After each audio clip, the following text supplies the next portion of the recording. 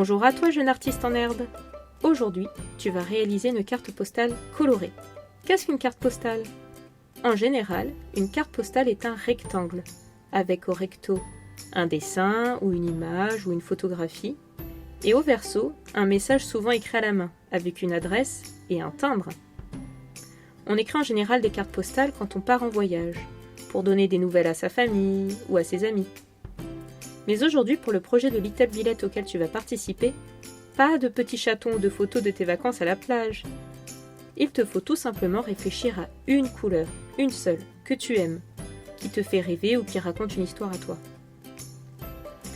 Au recto de ta carte, il y aura donc la couleur que tu auras choisie. Et au verso, tu pourras écrire librement pourquoi tu as choisi cette couleur. Par exemple, tu peux choisir le jaune, parce que tu trouves que cette couleur est belle et douce et qu'elle te rappelle les petits poussins de ta grand-mère. Pour réaliser ta carte, il te faudra un peu de matériel.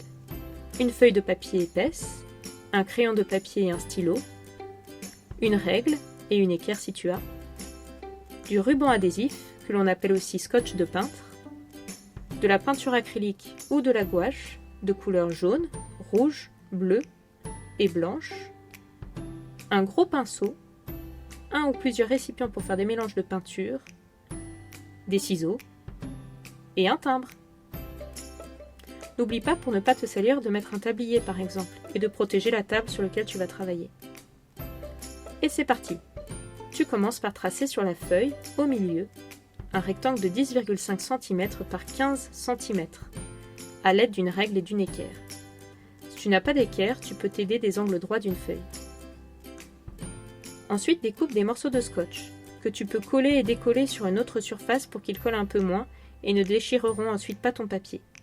Et puis tu les colles sur ton papier épais, le long des lignes de crayon, à l'extérieur du rectangle. Et maintenant est venu le moment de trouver ta couleur. Pour cela, tu dois prendre un peu de peinture, ton pinceau et les récipients dans lesquels tu vas faire tes mélanges. Revenons au basique.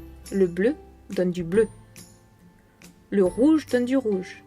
Le jaune donne du jaune. Le bleu et le rouge donnent du violet. Le bleu et le jaune donnent du vert. Le rouge et le jaune donnent du orange. Si tu aimes ta couleur mais que tu la veux plus claire, tu peux rajouter du blanc. Toujours petit à petit. Par exemple, si tu veux un bleu clair, tu rajoutes du blanc. Si tu veux un rouge clair, autrement dit du rose, tu rajoutes du blanc. Si tu veux un jaune clair, tu rajoutes du blanc. Si tu veux un violet clair, tu rajouteras du blanc. Si tu veux un orange clair, tu rajoutes du blanc toujours. Si tu veux un vert clair, tu rajoutes du blanc. Si tu aimes ta couleur mais que cette fois-ci tu la veux plus foncée, pas de noir, non, non, non, tu dois rajouter un peu de sa couleur complémentaire. Par exemple, si tu veux un bleu foncé, tu rajouteras du orange. Si tu veux un rouge foncé, tu rajouteras du vert. Si tu veux du jaune foncé, tu rajouteras du violet. Si tu veux du orange foncé, tu rajouteras du bleu. Si tu veux du vert foncé, tu rajouteras du rouge. Si tu veux du violet foncé, tu rajouteras du jaune.